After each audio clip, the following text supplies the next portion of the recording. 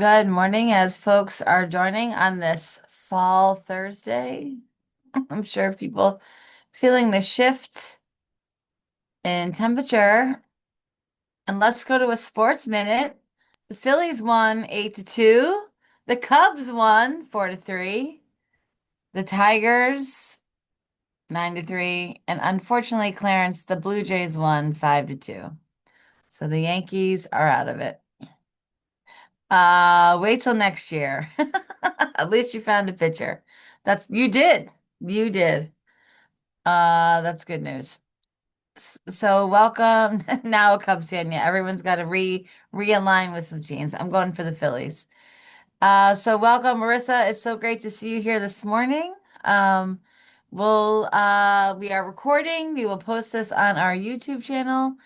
And we will look forward to your update. So our first question for everyone on the 9:30 call is for you to tell us a little bit about you and how you came to be in your current role.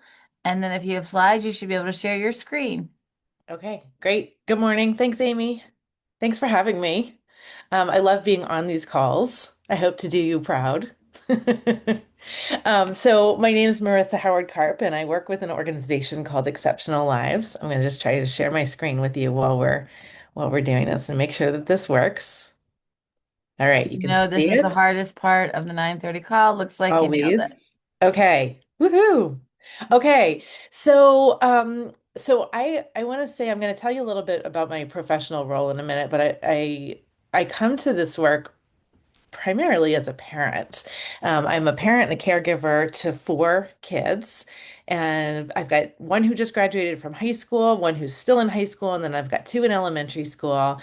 All four of them were in early intervention when they were little. My oldest qualified when he was 2.5, so about 15 minutes before he aged out, and that was its own experience and quite a ride. And all four of my kids have had IEPs and been part of special education for all sorts of different things. And we've seen a lot. So we've been at this for the last 16 years. And like many of you, this has come to be my job because it mattered so much to me personally. And now I have this great opportunity to be able to kind of put all of these things together. And I should say, I've raised all my kids in Massachusetts, so we've been involved with thome early intervention and all of the the local systems that many of you know very well too. So I want to tell you a little bit about Exceptional Lives, so you know kind of where I'm coming from. So we are an organization based here in Mass, although we do work in some other states, including Louisiana. Our whole mission is we support families and educators of children with disabilities so that our kids can thrive. And like all simple ideas, it's sometimes difficult to put into practice. But here's how we do it. We provide clear guidance to families. So we offer lots of like how-tos, very straightforward, like this is how this works. This is what you need to know. Here are the kinds of things that you should be doing and paying attention to, so that our unofficial tagline to families of kids with disabilities is it doesn't have to actually be this hard. That's the goal. We want to make all of this easier. And we also work as a partner for schools and childcare providers. We do professional development and communication support and other kinds of support in order to help schools build strong relationships with families of kids with disabilities. Because what we know is that when schools and families are really working in partnership and not butting heads with each other in the way that so often happens, everybody wins, particularly the kids, but everybody wins. And I'm going to share the data with you about what does it mean for everybody to win in this case. But here's where we're going over the next couple of minutes. I'm going to talk a little bit about family and staff experiences when a small child has a disability or a developmental delay. We're going to talk about why family engagement, why does it matter in this case?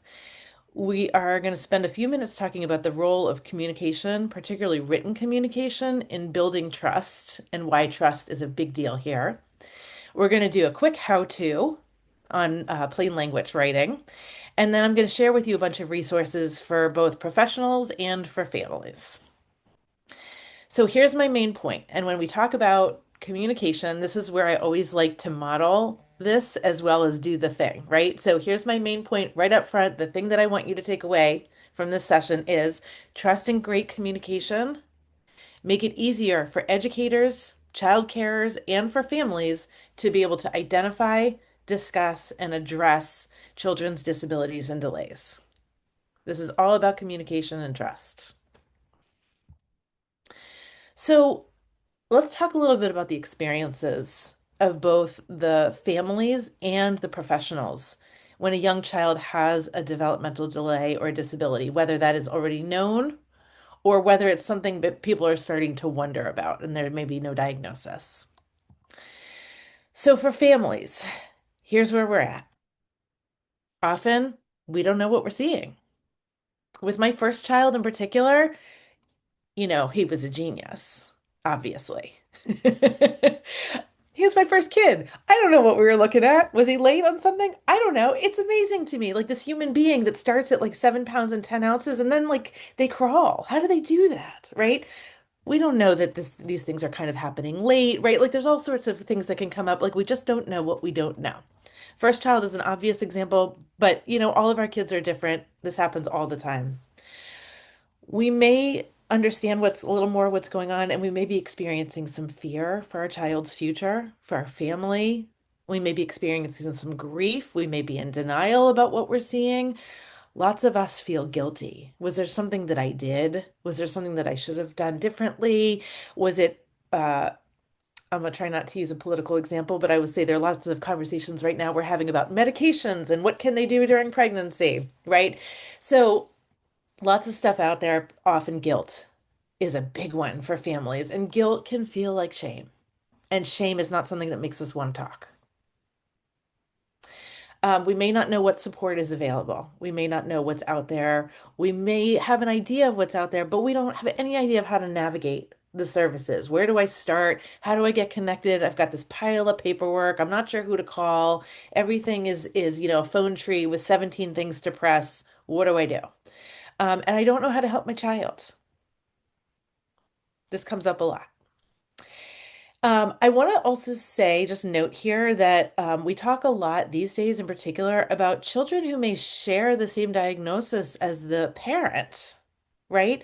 Even in these cases, for those parents, if our children share diagnoses, we were there a generation ago and we did this as kids, and now our experiences as adults.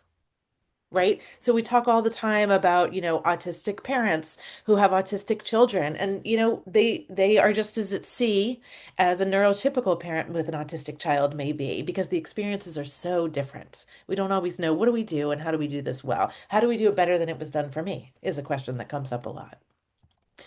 And for educators, right? They may also not know what they're seeing. They may see something depending on their training and their experience. They may say, like, something isn't quite as it should be here, but they don't necessarily know what's going on. They might be concerned about overstepping boundaries. I'm not a diagnostician. I'm not a pediatrician. I'm not an occupational therapist. This is one that often comes up in particular with, like, home-based daycare providers, for example, who have tons of experience and certifications, but may not have years and years of professional formal education behind them. There's often that feeling of like, am I overstepping here and don't know how to talk about it.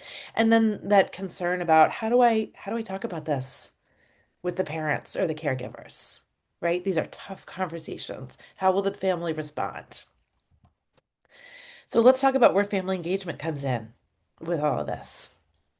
When we talk about family engagement, these are the kinds of things that we're often talking about, right? Volunteering at school, going to parent-teacher meetings. Let me make sure I share this information about this thing that's happening with the families. This is great. We want all of this. Don't stop doing this. But this is family involvement. When we're talking about family engagement, this is what it really looks like. It's about collaboration and shared decision making. Sometimes that can be at the level of a child care center or a daycare. Sometimes it can be just with the child, with the individual child. We talk about building trust and banking trust, right? And what I mean by banking trust is when you center a relationship with somebody from the beginning, you're building that trust so that when things get hard, it makes it easier to draw on that bank that you've built and have tough conversations, right? So if you've been talking to somebody and you know, like, oh, how's the new apartment? Are you unpacked yet? How's your older daughter doing at her new elementary school, right? Those kinds of things that we say to each other when we're building a real relationship. When things get tough, that's the stuff that we draw on. So that's the real primary prevention work. We talk about clear communication, and that goes in two directions. There's an emphasis on strengths, and I should say that childcare providers are often great at emphasizing strengths of children. We forget also that it's about emphasizing the strengths of the families, the parents too, right? And that we address power dynamics in the relationship. And that can go in every direction, depending on, again, education levels, immigration status, all sorts of different pieces here. Those power dynamics are real. And when we talk about them, we can't make them go away, right? But we surface them and then it becomes a thing that we can actually address and work through. All of this stuff helps us build the trust that we need to have these conversations. So here, let's talk about what some of the data tells us. When we've got great family engagement, particularly in early childhood, here's what we see for the kids. A decrease in challenging behaviors, right? We've got families and providers or educators who are working together to understand what might be driving a child's behavior. Why is this child biting, right? How do we understand what's going on so that we can address it in a better way? Improved literacy, including pre-literacy skills, better educational and health outcomes across the board. The data on this is wild. And it starts with pre-literacy and it goes all the way up through high school graduation rates. And it also includes things, at later ages like, reckless driving, drunk driving, right? Drug use. Family engagement is a really powerful tool from the beginning all the way through childhood. When we talk about great family engagement, we see teachers who are better able to support and motivate kids. You're getting insight from the families about what motivates this child. What do they respond to? What are the things that work? So, with one of my 10-year-olds, one of the things that we were able to tell his elementary school teacher is if you insist on eye contact, you're going to spend all day doing that. But if you can say to him, hey, if you can hear me right now, touch your nose, right? Raise your hand, wiggle your toes, whatever it is, you will find that that child is listening to you and you're not wasting your time trying to insist on eye contact, right? I mean, like one of our teachers came back and said, like, wow, that was a game changer because we were in a wrestling match about eye contact, but he was listening. Higher morale and professional satisfaction. This is the stuff that gets people to stay in their jobs. And I know everybody's struggling right now around burnout and staffing, right? So when people feel better and they feel more they're happier in their jobs, they stay there too. And with the families, right? We've got an improved ability to support child's learning, right? There's tons of stuff, especially around pre-literacy, but not only that, that families can do all the time. And it's not necessarily about, let me sit down and teach you this new technique. It's about, let me mention a bunch of things that you may or may not be doing that are pretty easy that can support your child's learning. Now I'm going to fight with the slides. There we go. Okay, and they're better able to support the child's needs and find the resources that they're looking for. It becomes far less overwhelming when they're doing this with the provider. And they trust the school. We talked about banking trust. When you trust the other adults who are working with your child and you feel like they're on your child's team and on your team, you are much more likely to share information with them and not wait until somebody's in a crisis. That goes both ways. Okay, so when we talk about family engagement, we've got this sort of fancy framework called the Dual Capacity Building Framework for Family School Partnerships. Now, I'm going to talk about plain language in a few minutes, and this is the opposite of plain language. So let me plain language this one for you. Essentially, what this means is when we talk about family engagement, what we need to do is we need to build the skills and ability of both families and educators to work together.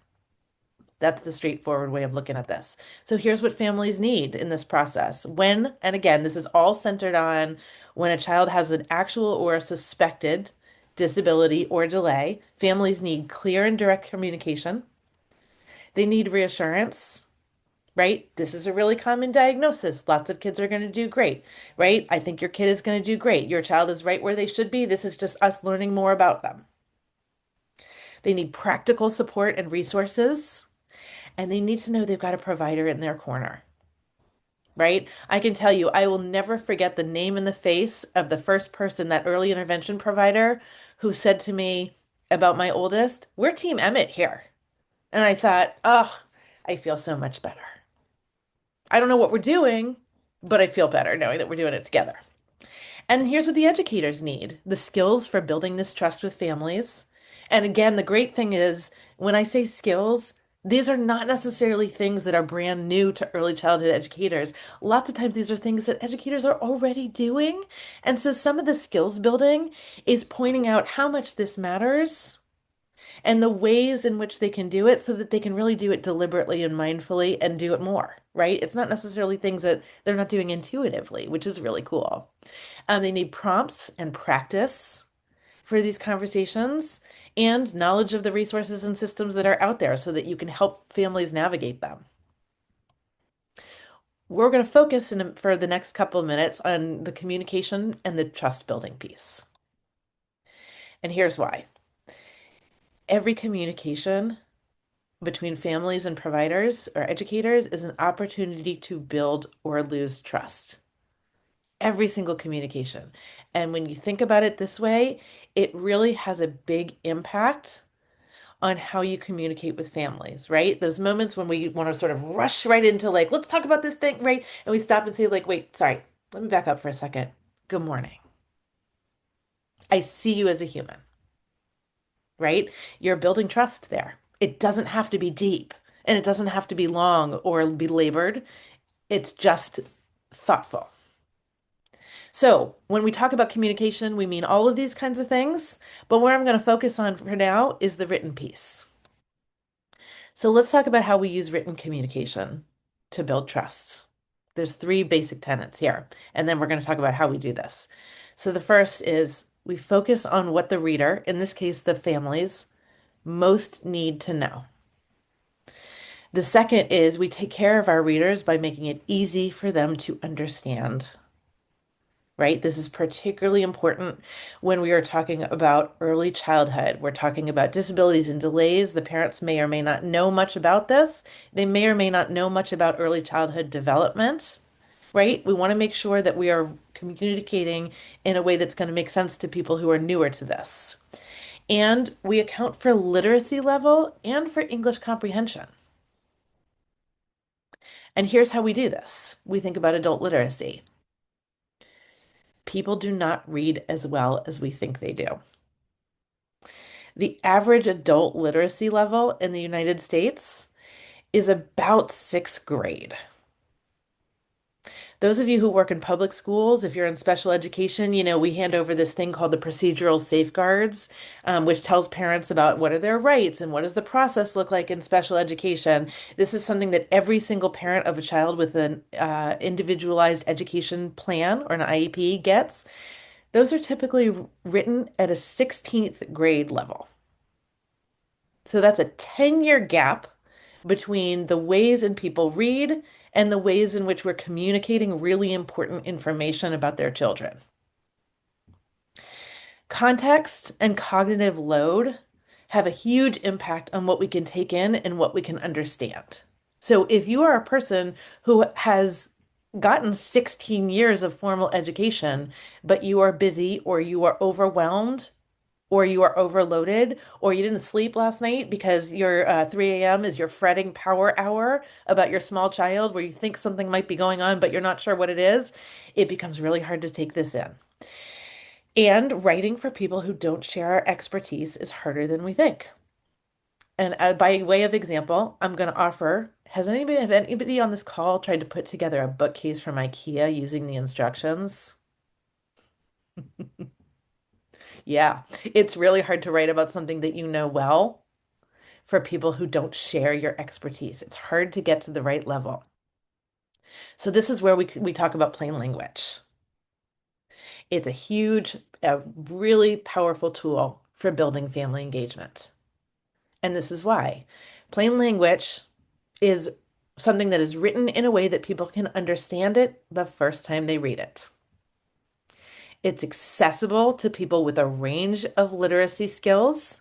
And this includes both literacy in general and includes English literacy. So you may have people who are highly literate in their primary language, but less fluent, less proficient in written English. If you're writing in English, this stuff is huge, right?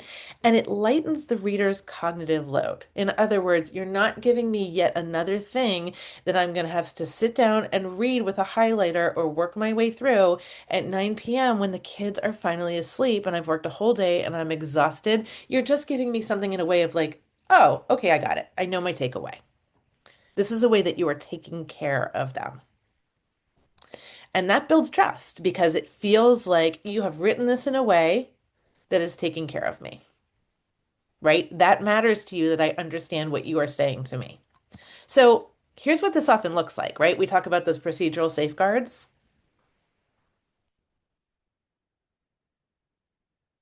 I've been reading these procedural safeguards for 16 years, and this is still what it feels like to me. Here's what it looks like in plain language.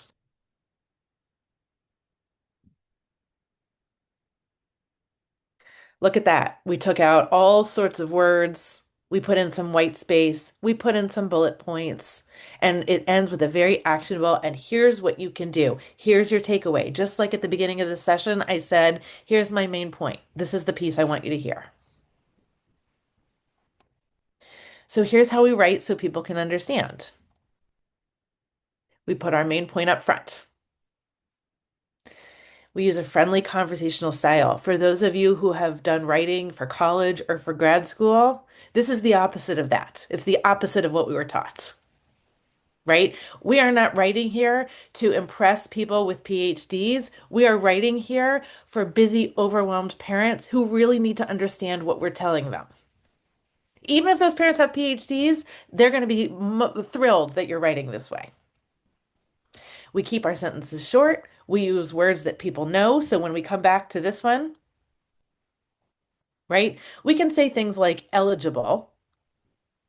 Clearly, we garbled this one here, but we can say words like eligible, or we can say your child qualifies, because this is a way that people talk, right? Um, we chunk this up into small bits, which is why this looks like this, right? It's not this wall of text. And we limit jargon and acronyms. Special education, early intervention, it is full of jargon and acronyms. And I can tell you this, and you've all had this experience. When we pack what we're saying full of jargon and acronyms, people are not thinking to like, "Oh, wow, you must be really smart." They're thinking, "I don't know what's going on right now. I'm not sure what you're saying to me." And depending on who they are, they might say, "Hey, can you explain it to me?" But much more likely, they're going to go, "Uh-huh," and they're not getting it, right? So you've wasted everybody's time. So I want to let you know this is a resource that's available to you. We've got a plain language expert on our staff who does professional development just on plain language writing. And she's created this checklist. Our own team uses this, so we check all of our writing against this every time before we put anything out there in public. And we've created this version that's available to you. I would encourage you to do the same thing. It's really easy to just go through, and there's like 6 or 8 things on there of like, did I make sure to do each of these things? It's super practical. People love this one. And then I want to talk to you a little bit about some of the practical support and resources and the systems for the professionals. And Amy, I should say, I see there's a bunch of things in the chat, but I can't read right now, so I'm trusting you'll flag them for me if I need to know in the Yeah, meantime. a lot of appreciation. Mm. Yeah, folks are, yeah. Okay, I love it. I love the appreciation, but I'm also happy to take questions too in a second. So, when we talk about helping families understand how do you navigate early intervention and special education, here are some of the things that we need to know. What do all the jargon and acronyms mean? Right? How to connect with early intervention. One thing I want to say, I mentioned earlier we work in Louisiana. In Louisiana, it's called early steps. It's not even called the same thing across state lines. We don't know what we're talking about, right? Somebody said to me when my child, when my oldest was, we thought like, what's going on here? Do we need to talk to early intervention? Somebody said to me, well, you don't have to get a referral from your doctor. You can just call early intervention. And I thought, oh, okay, well, that was helpful, right? Because they saved me days of phone tag right there. Families need to understand a little bit about what is the public school evaluation process, especially when a child's getting ready to turn 3 and age out of early intervention, if they're in it, right? Um, what are their rights through IDEA? This is the Individuals with Disabilities Education Act. It is the law and the policy that guides essentially how do we support children with disabilities in the public school system. Families need to understand timelines for different pieces of this, right? So, you're not gonna request an evaluation through the public school when your child is 3 and have it done when they're 3 years and 2 weeks, right? This takes some time. Let's help with realistic expectations. And then who do we contact and how to collaborate with you to support their child? So when the providers are the main people, how do you back them up? So I know we're at time, and I want to just kind of share this with you. I've got some other things in the slides, and the slides will be available afterwards with lots of links. But this is essentially what I want you to take away from this too. So we've got resources on early childhood development in English and in Spanish. We have a whole glossary of terms and acronyms around special education and early intervention. That's also in English and Spanish. And then we've got tools for educators in supporting you, like the plain language writing and building trust with families. And then I want to mention our Disability Services Finder in English and Spanish. This is a statewide resource directory of all sorts of resources, community-based resources that families may need to support a child with disabilities. It's searchable based on your zip code, whether the provider speaks Spanish, if you need somebody who takes mass health. All of those criteria are in there. So I would encourage you to take a look. If you don't see something that should be in there, reach out and let me know. So I'm just going to put up my contact information while I do this. These are my bottom line recap here. Meaningful family engagement is the thing that sets the stage for these conversations. When providers help families navigate these systems, it strengthens the relationship and improves the child's outcomes. And great communication builds trust and helps families support their children too. Okay, so I'm skipping over these, which are mainly photos, but I wanted to put this up here too. So my contact information is here. We've got this newsletter for educators, and we have another newsletter for families. You are welcome to sign up for one or both. And please reach out to me anytime. I'd love to hear just, what your questions are, what your ideas are, and if there are ways that we can work together to support you. And Amy, thank you so much for having me. Marissa, thank you. There's lots of it. I'll send you the chat so you can Oh, see. If you great. send me the slides, we'll post them. And then we would love to have you come back, maybe a recurring series. We could also crowdsource questions where people want to know. But I think it'd Great. be, such helpful and really a lot of appreciation for all the resources that you have created and willing to share. I can't wait to run something through the plain language Yeah, tool. so Uh, helpful. so Well, thank you so much. And I'll send you the chat. And great. then let's maybe think about, we are booked for November, but maybe come back in December, even Love deeper to. dives in some of the areas would be great. Great. I would love to. I know this is a quick one and we have lots to say and I would love to hear more from what people want to know. Great. So maybe we can figure out a way to collect that information. Cool. Please join me in the chat by thanking Marissa. And then Mary added in the chat, we will not be here on Monday, which is Indigenous Peoples Day. Strategies for Children is closed. But next week is jam-packed. So we have our kickoff of our advocacy network. We have our summit in Worcester on Thursday. And the commissioner is coming on the 9:30 call next week. So stay tuned for all the schedules and updates for the week. Enjoy the weekend, and we will be back here on Tuesday morning. Thanks so much, Marissa. Thank you, everybody.